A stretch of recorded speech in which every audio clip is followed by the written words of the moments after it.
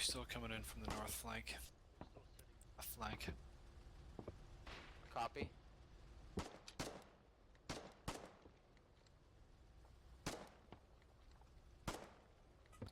Light tanks are spotting Need a us. shotgun? One's poking. Oh my gosh, he's dead.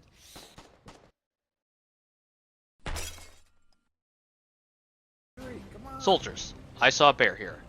Welcome to Update 21 for the game Foxhole. This should help to establish a lot more connectivity between regions, especially involving the island regions. First up is a new vehicle, the motorboat. The motorboat is a motorized boat for small moving groups of infantry to cross rivers and between islands.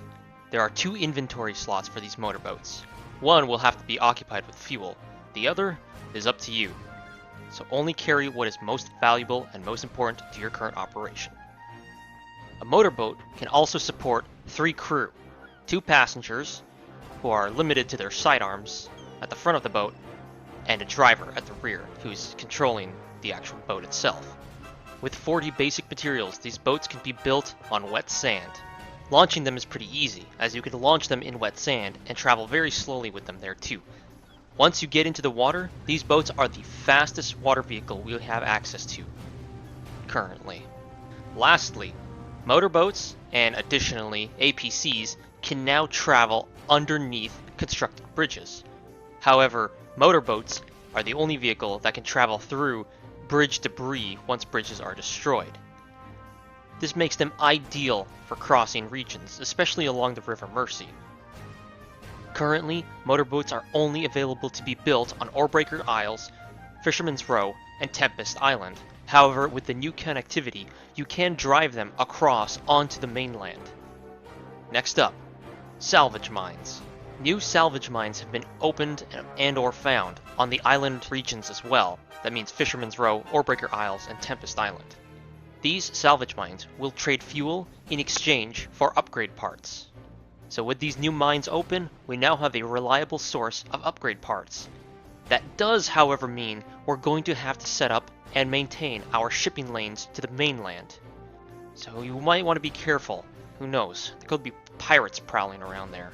Speaking of the island regions, Oarbreaker Isles, Fisherman's Row, and Tempest Islands have all been redesigned. And as stated before, they are all now connected to the mainland via border travel.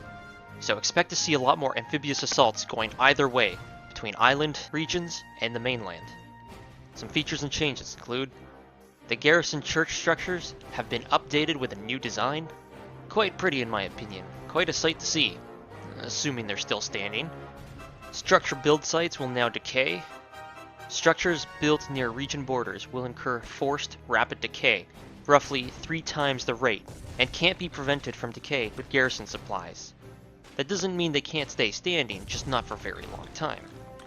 This is only for map borders. This does not affect other areas near towns, resources, or other contested points. And an alert is no longer shown when a fort is destroyed, attacked, or built. You'll have to rely on your fellow soldiers for that, for information and for the reports. Balancing includes sidearm stability, which includes pistols and revolvers, when going from full movement to stationary has been slowed down by 35%. So you'll want to drop those shadow dancing tactics. They won't be nearly as effective anymore. Forts, scrap mines, field bases, such as Tier 2 FOBs, and HE grenade positions all changed in the Conquest tech tree. The scrap and sulfur mines have been added to the skirmish tech tree. Technology part bonus is no longer granted at the port bases during player imbalance situations. And the armored car has seen its health increased by 33%, letting it take a bit more of a beating. Other changes include servers have received several optimizations that should reduce latency and slightly increase player capacity. A visible status icon is now shown on the top left corner next to your stamina bar of the HUD when the player is hidden in the foliage, letting you know for sure whether you can be seen or can't be seen.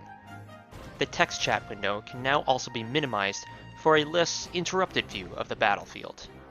Daily limits on the number of different players you can commend has increased from 20 up to 30, so make sure to give those Logi troops an extra boost. A new API has been added to War API for retrieving the current time and day. and War Correspondent has been retired since its functionality is now superseded by War API. There were some bug fixes along with this update. The one I'll cover here is that various issues regarding border travel over water, including vehicles getting stacked on top of one another, has been resolved, although there may still be some slight occurrences with it in far-off corners of the maps. If you want to check out the rest of the bug fixes, click the link below for the patch notes. Sometimes the smallest additions can make the largest differences on the front. Our new motorboats are certainly going to mix things up, especially when it comes to river crossings and island attacks. If you like what you saw in this update video, like and subscribe. Stay up to date on all the latest Foxhole updates. And as always, good luck, keep your heads down, and stay in your foxholes. Bear out. Where's the other bell? Can't wait. Well, why would you? Just got one here.